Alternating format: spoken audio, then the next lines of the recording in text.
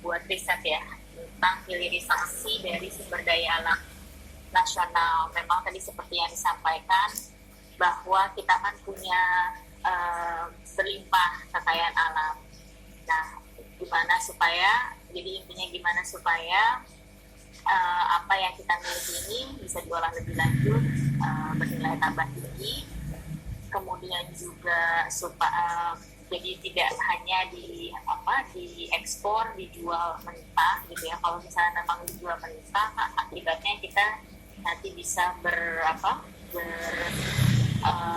dependent atau bergantung gitu dengan volatilitas harga komoditas di luar negeri seperti yang sekarang ya. Ketika lagi naik kita dapat limpahan berkahnya, tapi kalau misalnya nanti harganya turun kita juga pasti akan bisa kena dampak negatifnya gitu. Nah, mungkin saya mulai dulu dari hilirisasi ini kan memang sepertinya diarahkan ya, diupayakan sama pemerintah untuk visi Indonesia yang 2045 itu kan, supaya pembangunan ekonomi berkelanjutan, pemerataan pembangunan, intinya di target 2045 Indonesia ingin jadi negara maju gitu. Nah, hilirisasi ini supaya menjadi negara maju seperti itu memang butuh yang namanya kan transformasi ekonomi Indonesia. Nah, kemudian transformasi ini apa? Transformasi ini ya kita memang harus ada perubahan struktur ekonomi ya. Kita ingin yang tadinya dari berproduktivitas rendah dari sektor yang seperti itu ke sektor yang lebih berproduktivitas tinggi. Jadi yang tadinya kita hanya mengolah bahan mentah, kemudian kita bisa mengolah bahan atau barang-barang yang bernilai tambah lebih tinggi gitu. Nah, di sini memang ada harusnya ada alokasi yang perpindahan alokasi sumber daya dari sektor yang tadi yang berpenghasilan atau berproduktivitas rendah ke produktivitas tinggi gitu kan. Bisa dalam bentuk modal, perpindahan tenaga kerja. Nah, kalau kita lihat balik ke belakang historical ya, Indonesia memang ada perubahan struktur ekonomi.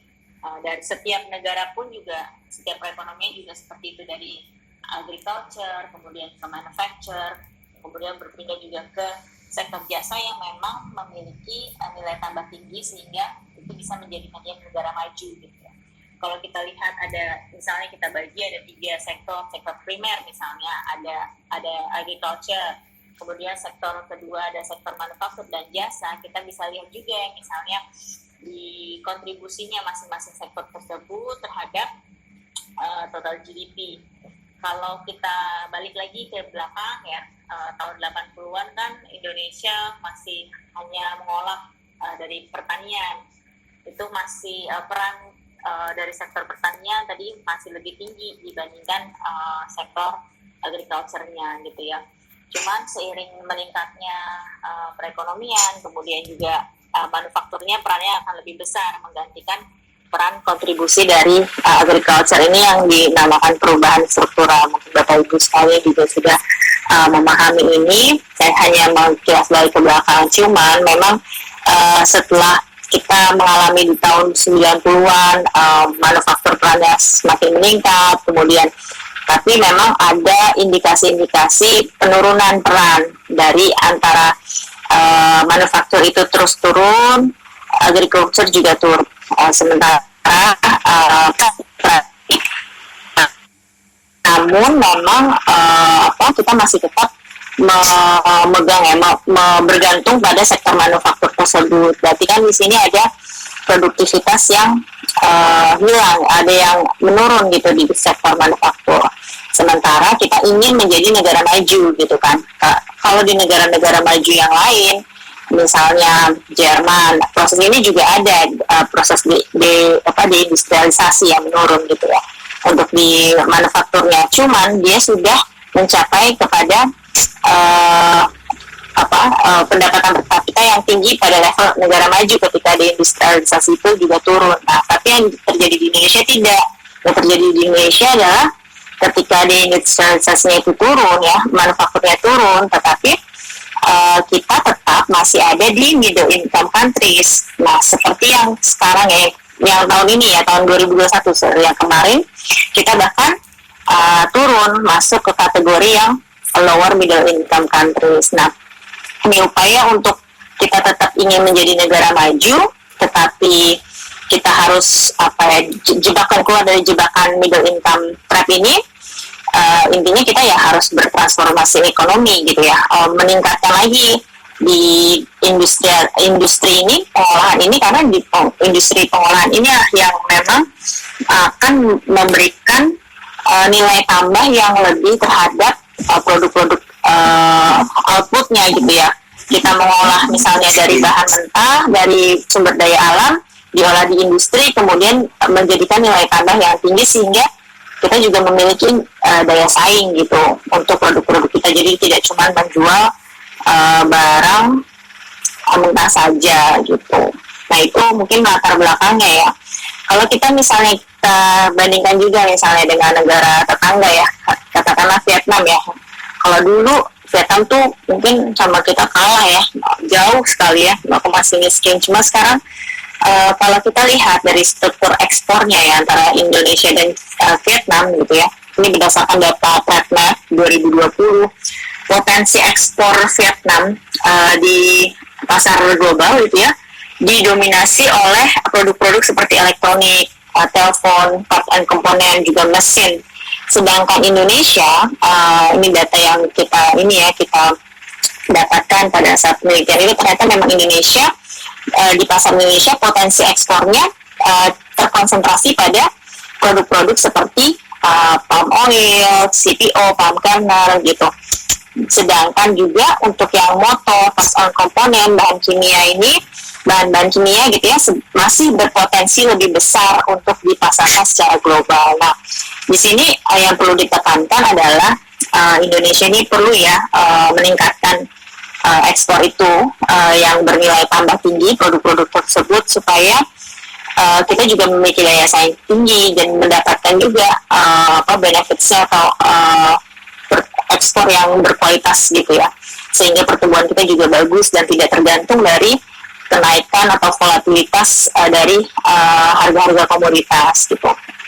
Kemudian memang jadi ya itu ya tadi penting ya, kita harus bisa mandiri sebenarnya, tidak tergantung dengan volatilitas tersebut. Makanya memang program hilirisasi ini ya mengolah yang kita punya ya memang adalah sumber daya, kita dikaruniai sumber daya yang banyak sekali gitu ya. Ini tujuannya ya tadi untuk meningkatkan produk yang bernilai tambah tinggi. Nah, supaya untuk apa? Pertama ya untuk dipasarkan di dalam negeri. Kedua bisa untuk substitusi impor. Jadi kita mengolahnya di dalam negeri. Biasanya kan kita mengirimkan menjual produk mentahnya keluar, kemudian diolah di luar, masuk lagi sebagai impor, sebagai bahan baku impor untuk industri kita. Nah, ini harusnya memang idealnya kita olah sendiri dari hulu sampai hilir, sampai produk hasil jadi untuk dari kita dan kita untuk kita gitu ya. Itu ideal seperti itu. Nah, itu yang mungkin yang mau diupayakan gitu ya, harus diupayakan dan harus bisa sebenarnya. Kemudian sehingga ya tadi kita olah sendiri bisa dijadikan input bahan industri lain gitu ya, jadi nggak perlu impor lagi, jadi ini sebagai substitusi impor. Kemudian juga kita harusnya bisa juga mengekspor gitu ya bahan antara ini ke luar negeri, sebagai kan dia udah rantai produksinya udah bernilai tambah, atau juga bisa diproduksi sampai barang jadi juga kemudian diekspor, sehingga itu intinya bisa meningkatkan daya saing dari industri kita. Otomatis kan PDB kita meningkat, pertumbuhan kita meningkat, ekspornya juga meningkat, mengurangi impor. Nah, itu sebenarnya idealnya dari program hilirisasi ini gitu. Nah, saya lagi zooming, saya kira nanti sejam lagi deh ya, kalau bisa saya call lagi dari Hendry ya. Sekarang saya lagi ada seminar ini Hendry ya. Oke. Kemudian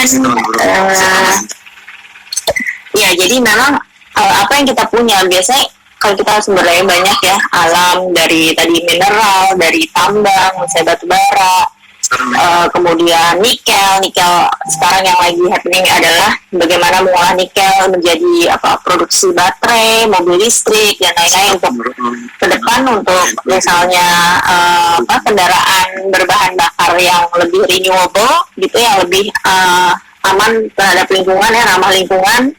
Kemudian kita punya koper itu juga mendukung listrik gitu ya. Kemudian ya kita ada kopi, karet, kemudian CPO, kelapa sawit. Nah, kelapa sawit ini juga sebenarnya masih banyak produk-produk turunan yang masih belum bisa dikembangkan, yang masih bisa dikembangkan lebih lanjut. Dari misalnya oleh chemicals, kemudian oleh foods, bahan bakar biodiesel itu potensi-potensi sampai limbah-limbahnya pun masih bisa diolah gitu ya. Itu sangat potensial sekali untuk dikembangkan. Kemudian juga dari perikanan kita 60% kita ada di wilayah timur kan, misalnya 60% dari perairan ikan kita ada di wilayah timur, dan ini bisa bisa memberikan potensi juga pekerjaan, lapangan kerja, pembangunan daerah di wilayah timur kalau memang kita bisa memanfaatkan program hilirisasi ini. Jadi program hilirisasi yang ini kan harusnya juga ya bisa memberikan kesempatan kerja, memberikan pemerataan pembangunan, nggak cuma di Jawa, karena ya seperti kita tahu memang pembangunan saat ini kan terfokus di Jawa ya. Jadi kalau dengan program ini harusnya pembangunan industri itu ke arah timur juga untuk bisa dilakukan gitu. Kemudian kita juga ada kopi tadi ya, karet dan lain-lain. Nah, apa sih yang dibutuhkan sebenarnya? Mungkin saya langsung saja, intinya program hilirisasi ini bagus gitu ya, desainnya bagus, tetapi memang antara pelaku kebijakan ya satu sama yang lain itu juga harus sinergis antara satu sama lain, karena ini menyangkut beberapa kelembagaan gitu ya. Jadi sinergis antar multi stakeholder itu harus benar-benar koordinatif, sinergis antara satu sama lain. Nah, kalau kita berbicara hilirisasi, jangan cuma fokus pada hasil akhirnya aja, produk akhirnya, tapi kita juga harus lihat bahwa hilirisasi industri ini kan juga butuh hulu ya, butuh bahan baku ya. Bahan baku yang kita punya itu juga harus berkualitas bagus dan harus juga memenuhi dan mencukupi kebutuhan yang dibutuhkan gitu untuk pengolahan di industri pengolahannya. Jangan sampai kita mendorong hilirisasi tapi ujung-ujungnya nanti bahan baku dan bahan mentahnya akhirnya impor lagi gitu. Jadi pastikan juga misalnya kayak coklat gitu ya, harus ini ya. Iya. Itu hambatannya. Nah, jadi hambatannya dari salah satu hambatannya. Oke, cukup saya kira ya. Banyak tadi hasil risetnya itu kita kalah dengan Vietnam ya. Hilirisasi tantangannya banyak tapi potensinya besar ya.